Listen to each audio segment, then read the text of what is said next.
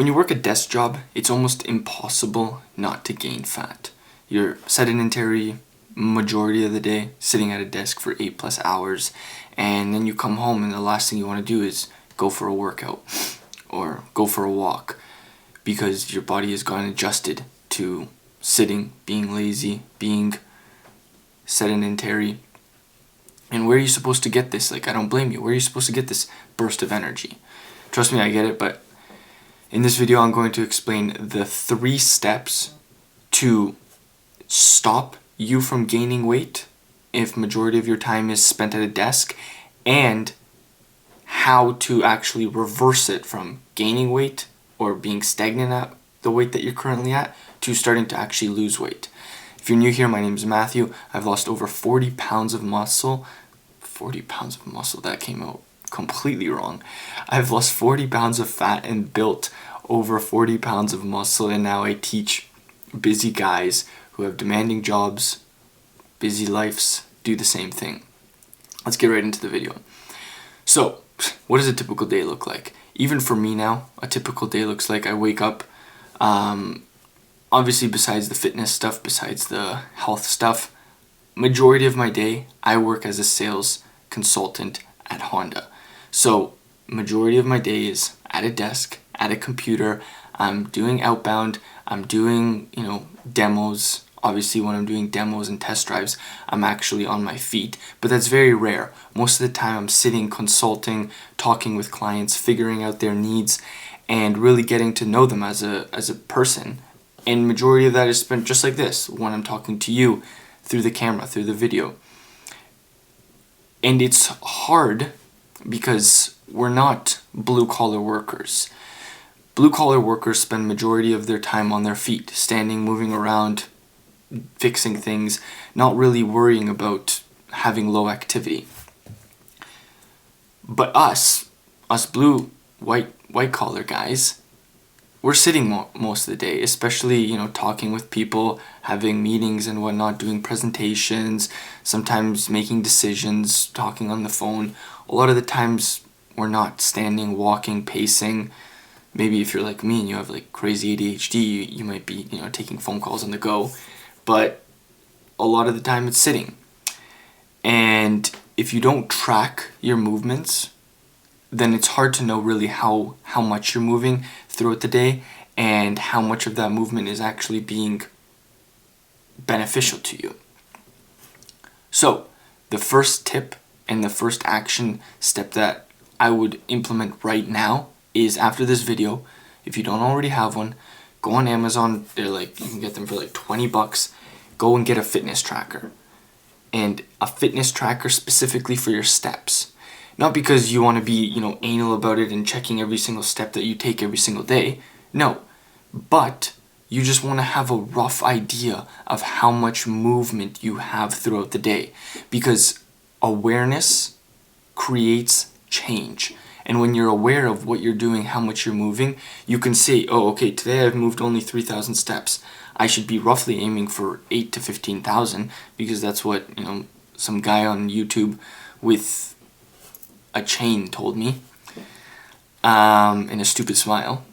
But this is where change and movement's actually going to come from your awareness. Right? If you're somebody who smokes cigarettes every single day, unconsciously now, for years and years and years, you're smoking a pack, and somebody brought out your lungs and showed you your lungs to your face, like, imagine you smoke a pack a day, I took out my lungs and I showed you, hey, look at your lungs. That awareness alone would cause you to stop, because you see how much damage you've done. That's why before and after pictures of people's lungs usually helps them, trigger some sort of change. Like, oh shit, this is what my lungs look like when you go for like an x-ray or something. I don't want them to look like that. I gotta do something right now about that. Number 2, so that was number 1, track. Buy whatever, your Apple Watch if you have one, your phone has everything, but a lot of people don't carry their phone. Well, actually they do. If you have an iPhone, your iPhone tells you the amount of steps you're doing a day. Just quickly pop open the health app and you'll be able to see. I personally do a lot of walking on my treadmill. and I don't have my phone in my pocket. It's usually, I'm watching some sort of anime, so it's not really tracking those steps. So if you're somebody like that as well, then, buy a fitness tracker. It's the most simplest way to know and increase movement from living such a sedentary life at the desk. Number 2, I get it, life's busy. Trust me, sometimes, I forget to pack a lunch and I'll quickly go grab some, chicken from Popeyes or something like that. I feel guilty about it, but at least it's not no greasy burger. Anyway, my point being is, and this is a rare occurrence. It's too often I do it, but I'm working on it too. I'm not perfect, guys. But if you're an everyday type of guy or every other day type of guy, it's just showing you, or it should tell you that you're lazy. You're lazy in the sense that you don't want to cook your meals, you don't want to prep your food, and you definitely don't want to, spend time actually making things that are whole foods and nutritious. You rather just buy something on the go, buy something on the fly, or whatever it may be. I understand that life is super busy, and I understand that it's hard. But hard is not an excuse, or busy is not an excuse to eat like shit, right? We're both on the same page. You can make excuses all day you want. Sure, then click off this video, because if you're just constantly going to make excuses, you're not going to see any change.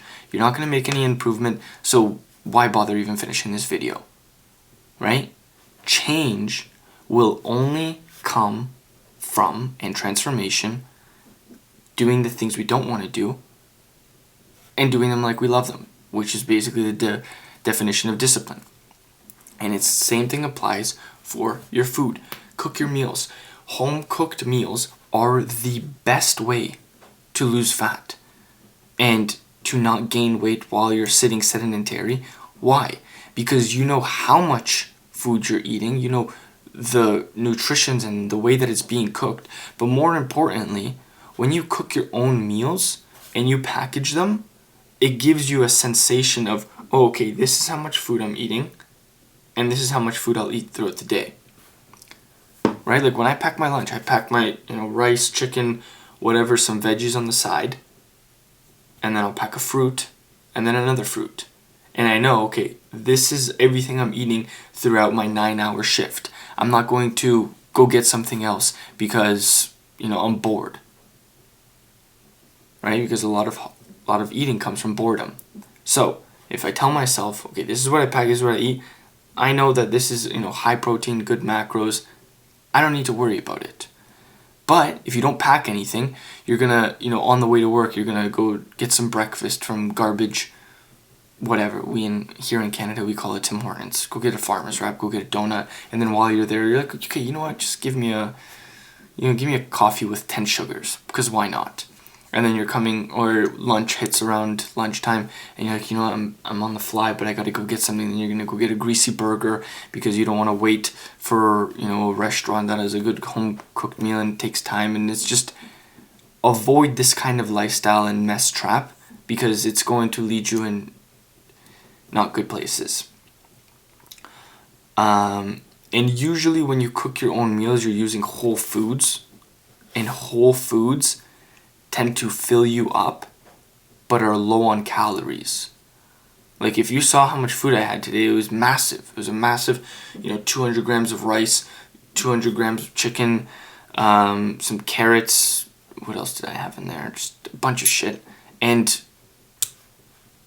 dude, it took me 40 minutes to get through. It literally took me 40 minutes to eat. Because I'm chewing slower, because that's also a quick tip for you, chew slower. But also because it was a lot of food. Whole foods, you can pile a lot, and it wasn't that much calories, maybe 850 at max. So that's number 2. Cook your own meals, and that's why. And then number 3, use it as a tool. It's not like the fitness industry makes it seem to be, or puts it out to be, oh, this is the magic pill that's going to melt away fat. This is the magic pill that's going to, stop you from gaining fat while you're at the desk. But if you spend majority of your time sitting, your metabolism basically crashes in half, right? Like you're standing, it requires a lot more work and energy to keep you functioning and alive while you're standing. But while you're sitting, your body's like, you know what? We don't need to give this guy too much energy. Our NEAT, which is like a non-energy, some whatever acronym, basically how much energy you burn, cuts down. And your body burns less calories as you sit, as you lay down, because it doesn't need, quite frankly, that much. So, if you've eaten, 1,500 calories in the morning, and then you go sit down first thing at a desk, you think your body's going to burn those 1,500 calories? No. You think your body's going to burn all that food while you're commuting to work? No. Fast. Intermediate fasting is such a hack, but it has to be used correctly. It's not, and stop listening to these people that are telling you this is the one way to lose fat. No. It's a tool. It's not the secret magic pill. If used correctly, it'll help you and aid you insanely. Like, I'm starting to lose a bit of fat as well. Like, I just finished my bulk. I got up to like 190 pounds. I'm going back to 170 just to see how much muscle I put on in those last 5 months. And now I'm starting to intermediate fast again. And in the span of 2 weeks now, I've lost 3 pounds. A lot of it being water weight, but still, I can already see my obliques coming in back again a lot more. But like I said, it's a tool, it's not a hack. And the way that you use this tool is by when you have your feeding window, because obviously intermediate fasting is, the first, I usually like to do 6 hours. So like I wake up at 6 a.m. and then I don't eat my first meal until 12, around 1-ish. So the first 6-7 hours I don't eat. And then I'll eat, until 8 p.m. Like I don't really care about the afternoon feeding, because before bed I don't like any heavy meals. But like my 2 main meals, they're huge meals. Like I brunch, you call it, I guess, and dinner. And then I'll have like a small supper, like usually Greek yogurt or something. But though that one's the light one. Like my 2 main heavy meals, like where I get majority of my calories, is from brunch and dinner.